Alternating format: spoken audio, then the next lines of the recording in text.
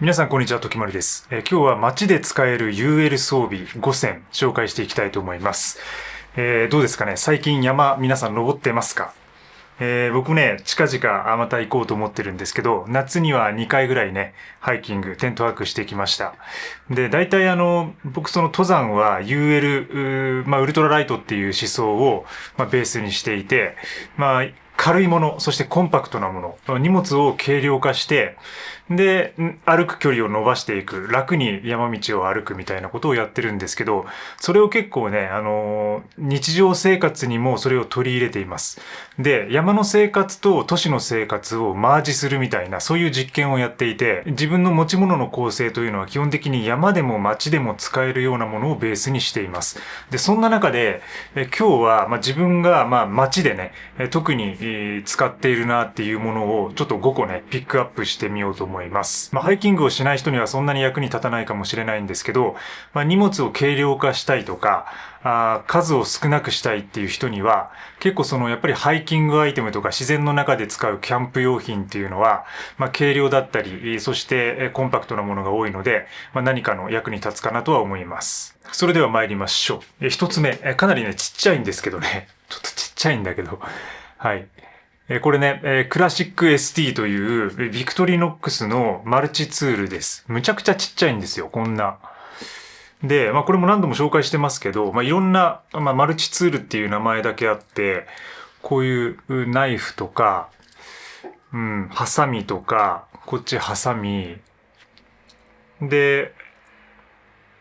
マイナスドライバーみたいなもの。で、爪ヤスリみたいな感じ。ヤスリにもなってますね、こっちね。そんなのが入っていて、で、他には、ピックというか、こういうね、ピンセットみたいなものが、こっから出てきたりとか、で、逆側は爪楊枝みたいな、こういうピックみたいなものになってたりします。そんなね、こんな小さくて何の役にも立たなさそうなナイフなんですけど、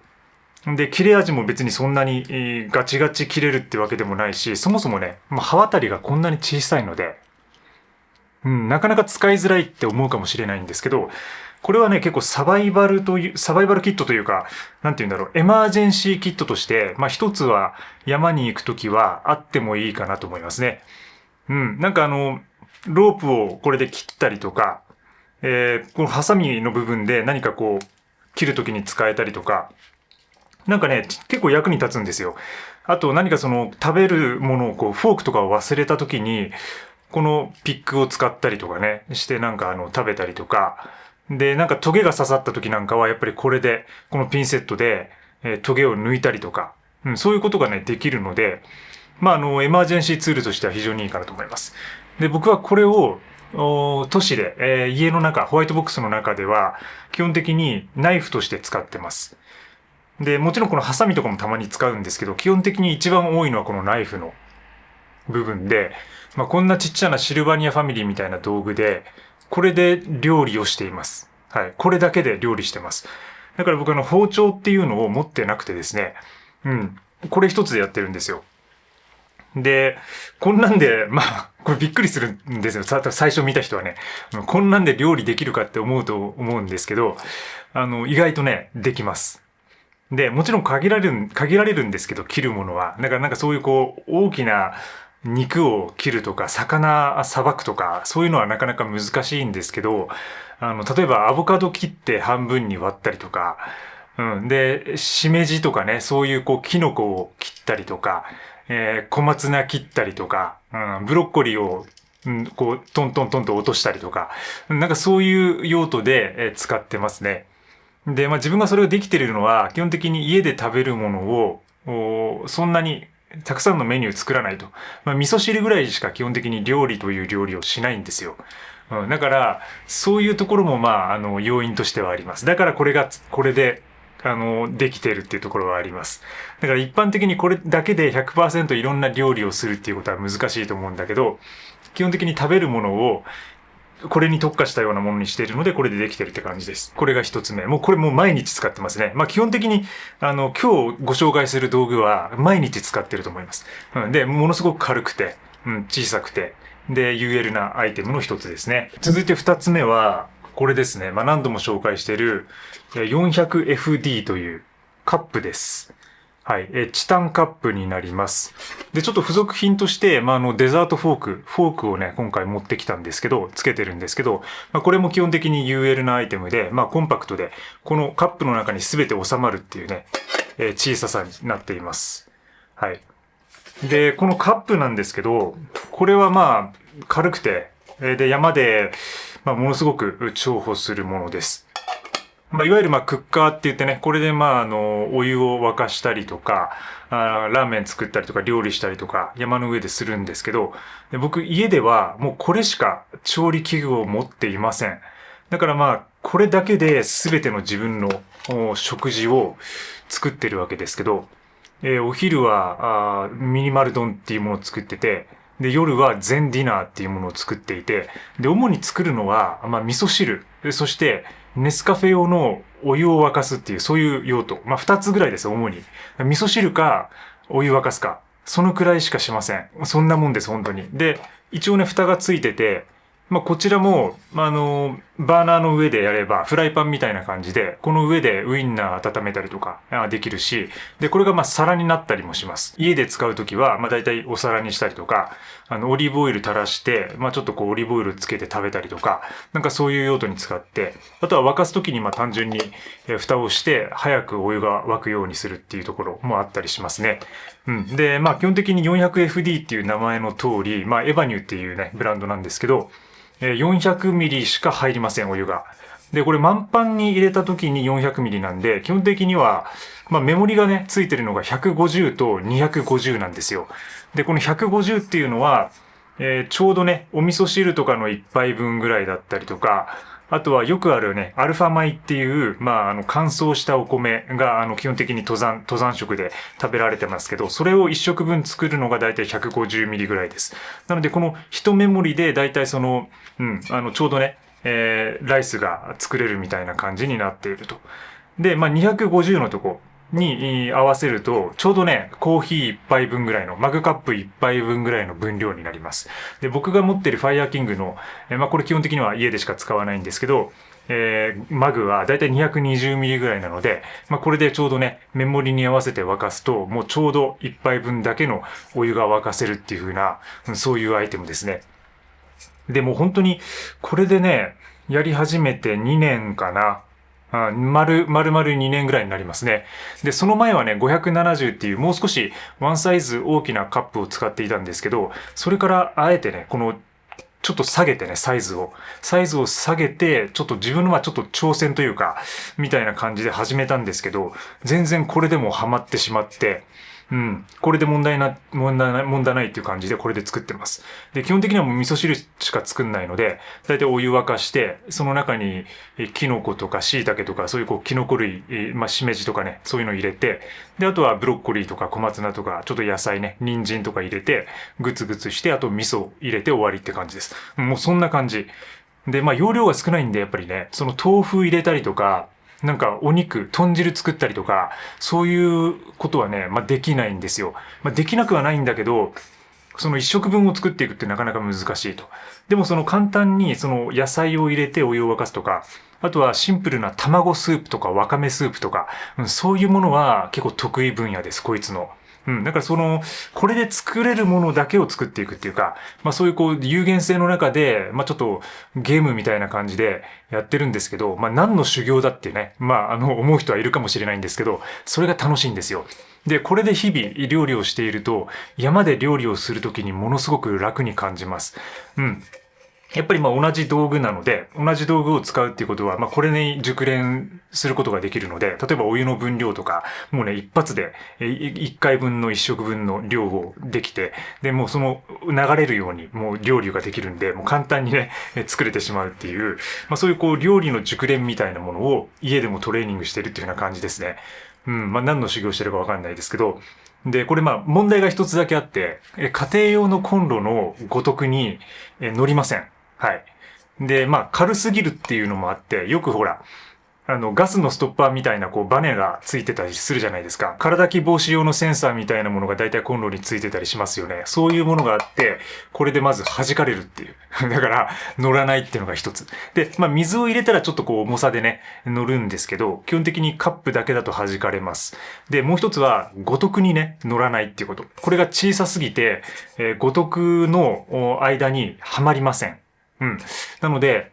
ちょっとね、こう、五徳からずらして、大体こう、5個ぐらいあるのかな、その金属が。そのね、3つぐらいに乗せて、ちょっとずらしながら、火でグツグツやってます。だからそれ非常に危険な行為です。だから最初はね、もう何度もこぼしそうになったんですけど、でも今はその感覚を、なんかもう覚えてしまって、全然それで調理できるようになってしまいましたね。だから結構、いろいろそのアタッチメント買おうかなとかも考えてたんですけど、今はこうずらしながら調理することによってそれだけで、できています。はい。なので私も調理器具は基本的にこれだけですね。で、フライパンとかも持っていなくて、だからその油を使うような料理を基本的に家ではしないと。だから外で食べたりとか、することになるんですけど、これも油のね、ちょっとこう、炒め物とかできなくはないんですけど、このやっぱり中がね、焦げつきやすいっていうのがあるので、そのなんか、お湯だけっていうか沸かす系だけに決めておくと結構ね長く美味しく使えるんですよね。やっぱりこう油とか混じるとさその匂いとかつくじゃないですか。でやっぱこう朝はネスカフェ飲んでこれ夜味噌汁だけっていう風にすると全くその匂いもつかないしでこの焦げも、つかないので、この底面をねだからいかに焦がさないかっていうのがポイントですね。結構テントで泊まるときなんか豆乳とか牛乳とかを温めて、なんかちょっとホットミルクとか、ラテとか作ろうかなって思うと、結構焦げやすいです。だから何回も僕焦がしてるんですけど、でも焦がすたびに、アルミのなんかこう、削るやつでね、こう、たわしみたいなものでやると、綺麗になるので、この綺麗な状態で底面を使っていくっていうのがポイントかなと思います。はい、そんな感じで、二つ目は 400FD のカップ。はい、私の UL アイテムです。こんなちっちゃい、もうこれだけで食事ができるっていうね、感覚があるとすごい楽ですね。街で使える UL アイテム3つ目は、バックパックです。はい。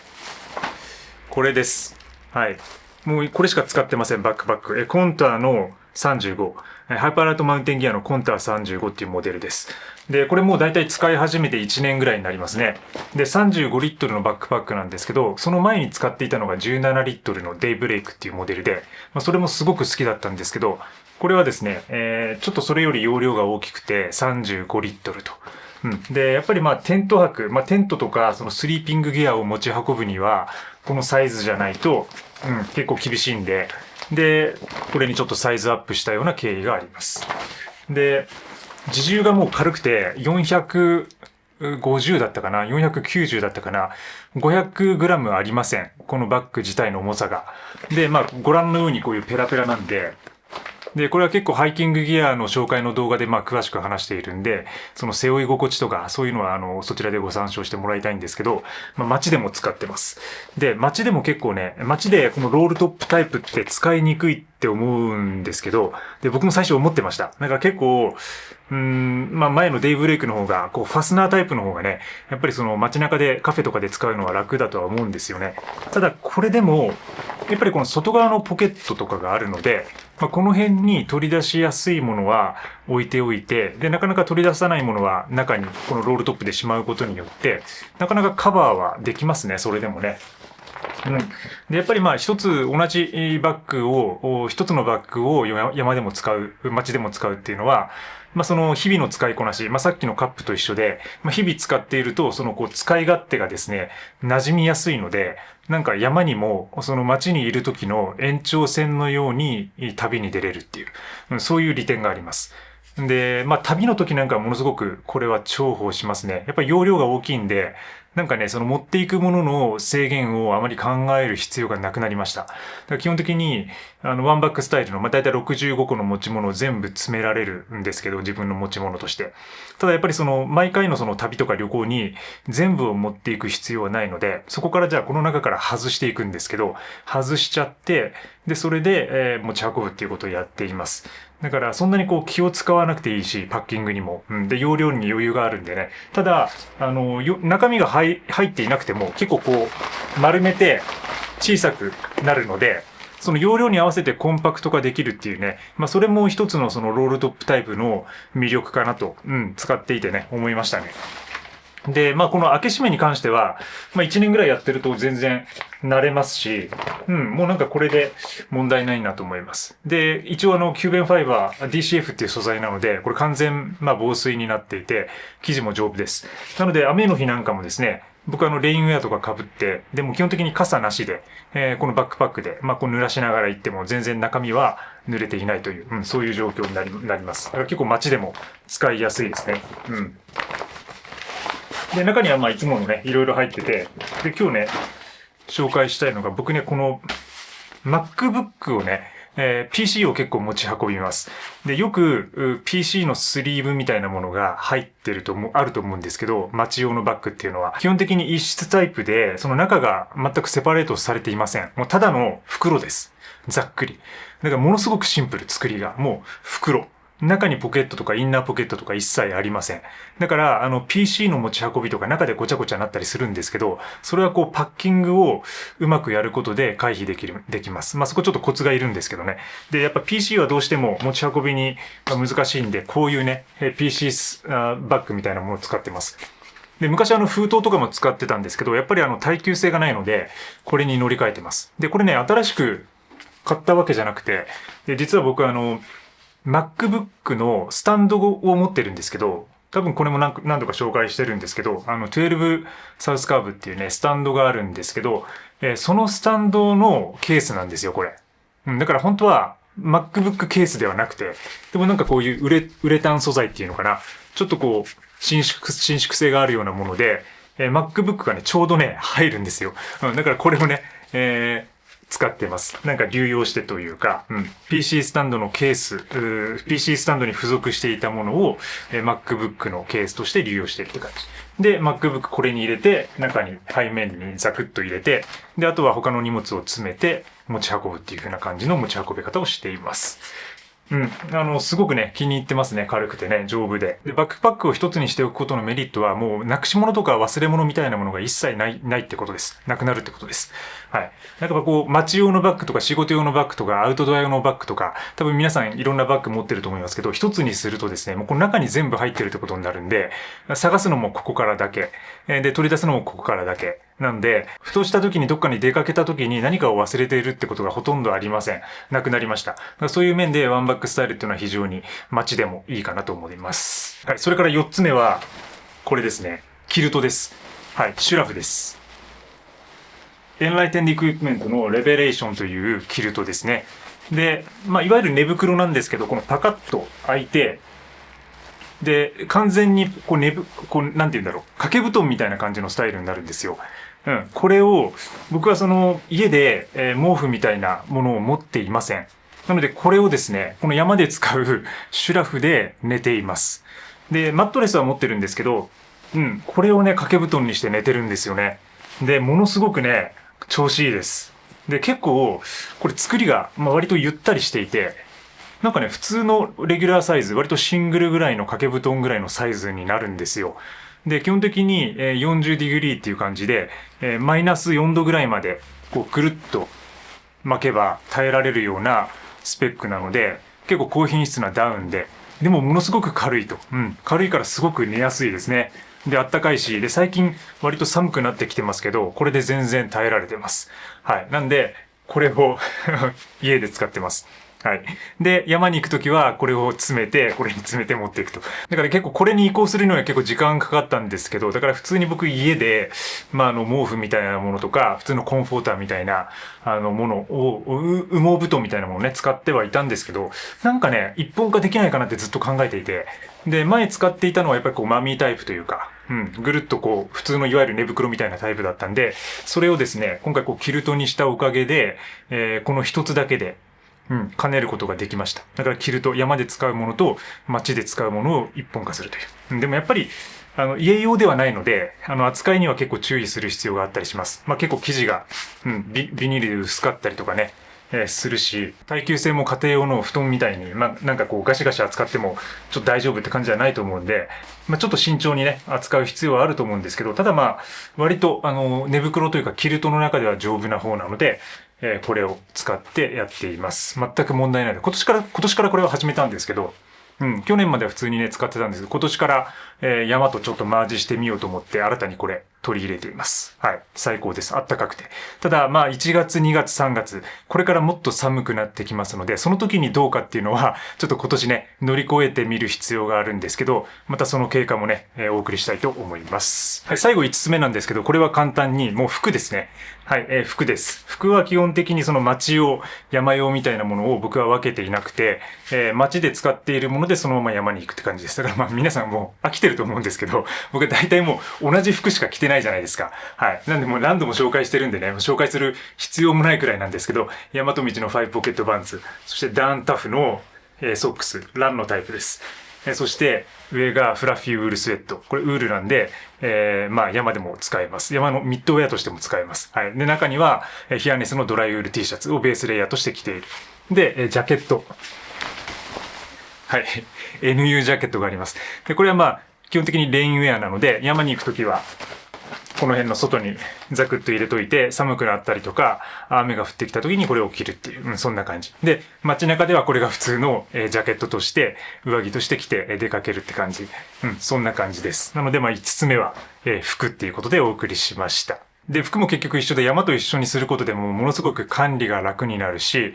数が減らせます。はい。やっぱりその山用と町用っていうね、二重になるとものすごく量が多くなって、僕の場合はそのワンバッグスタイルっていうところで、バッグの中に一つに詰めて生活をするっていうことを行っているので、それが難しくなると。だからそれを一緒にするしかないっていうね、そういう状況になって、マージして、一つのギア、一つの服で、すべてどこでも行けるような状況を作っています。そういう思考の裏側とか、実際の具体的なアイテムについては自分のメンバーシップで書いているので、